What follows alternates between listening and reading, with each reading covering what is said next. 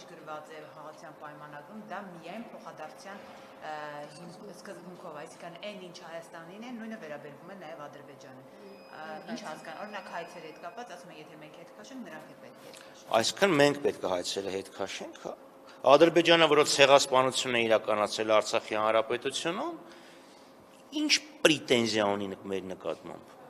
Ինքը սկսեց պատերազմը 90-ականներին, ինքը սկսեց հայկական ջարդերը, ինքը շրջափակեց Հայաստանը, ինքը արցախցիների խաղաղ ցույցերի ի պատասխան կոտորածներ կազմակերպեց, այդ Ադրբեջանը մեր նկատմամբ ինչ հայց ունի։ Ավելին ձեզ ասեմ, տեսեք գերիների հարցը, լավ անալոգիա տանը։ Նոյեմբերի 9-ի թղթով կար կետ, գերիները բոլորը բոլորի հետ փոխանակվում են, ճիշտ է։ Հայաստանը բոլոր գերիներին, որ ուներ, ներառյալ են թուրք երկու հանցագործներին, ադրբեջանցի, ովքեր բռնվել էին քարվաճառում 15 տարեկան երեխա սպանելու համար, հանձնեց։ Ադրբեջանը էլի ինչ որ մեր հայ գերիներ հանձնեց։ Բոլորին չի հանձնել։ Էլի հիմա Ադրբեջանում գերիներ կան։ Երբ ասում են ինչի չեք հանձնում, ասում են դե ով ունեինք նոյեմբերի 9-ի դրությամբ հանձնել ենք։ Մնացածներին այդ հարցը չի վերաբերում։ Սա ինչ է նշանակում։ Հիմա կարող է ինչ-որ հայցեր հետ քաշի, հետո ասի դատական գործընթացի ընթացքում ի հատ են եկել նոր հանգամանքներ, այդ նոր հանգամանքներով մենք մտնում ենք դատարան։ Ինչ են ասելու սրանք։ Պարոն Խաչատրյան, ամերիկացի պաշտոնյայի Հաջիևի հետ խոսակցության այսպես պաշտոնական հաղորդագրությունում նշվում է, որ գերիներին նաև պետք է, այսպես ասած, քանի որ խաղաղություն է եւ այլ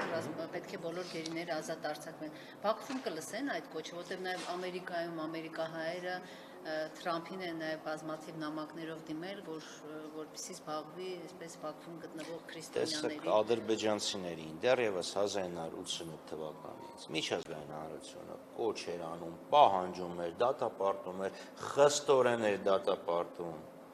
Ադրբեջանի վրա այդ խստորեն դատապարտումները, կոչերը չեն ազդում։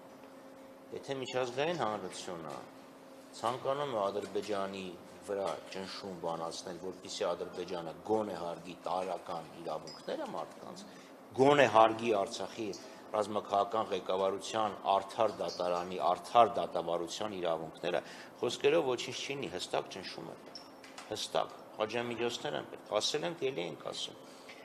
Ամբողջ աշխարհում, Հայաստանից բացի, ամբողջ աշխարհից Ադրբեջանից պահանջում էին ապաշրջափակել Արցախի հանրապետությունը 22 թվականի դեկտեմբերից, ապաշրջափակեցին, թե չէ։ Միեդի որոշումները կա,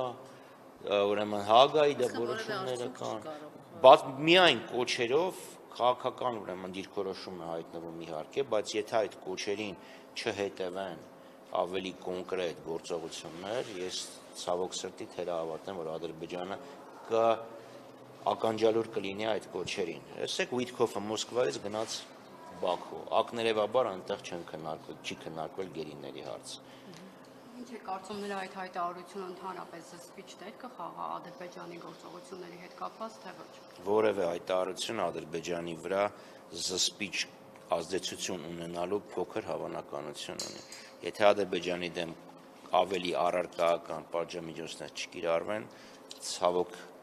ցավոք պետք է ասեմ, որ հավանականությունը, որ Ադրբեջանը ականջալուր կլինի, շատ ցած։ Բայց երբ այսպես ռուս-ուկրաինական բանում, այսպես ճակատում թվում է գնում են խաղաղության, ռիսկ կան են, այսպես ասած, թուրք-ադրբեջանական տանդեմը թեկուզ իրենց ինչ-որ շահերի համար այստեղ այսպես նոր բան ստեղծել։ Դե իրանք ինչ են ասում են կրակոց եղավ, մենք էլ պատասխանեցինք։ Առավոտին 9:30 Reuters-ը այդ ադրբեջանական ապատեղեկատվությունը հրապարակել է։ Հա, ճիշտ է գրել է, որ Հայաստանը մերժում է, բայց հովեռնագիրը դա է։ Քարոզչական ֆոն են ստեղծում եւ հետո։ Այսինքն նույնը եղավ թե 2016 թվականի ապրիլին, թե նույնը եղավ 2020 թվականի սեպտեմբերին, նույնը եղավ 2023 թվականի սեպտեմբերին, թե իբրև հայկական կողմն է կրակել եւ Իսկ Թրամփի բանագնացը երբ որ Բաքվի գնացել եւ Թրամփի հայտարարությունը, որ ամեն ինչ պետք է անենք պատերազմը, որպեսզի տարածաշրջանում չլինի, ամեն դեպքում Միացյալ Նահանգները չունի գործիքական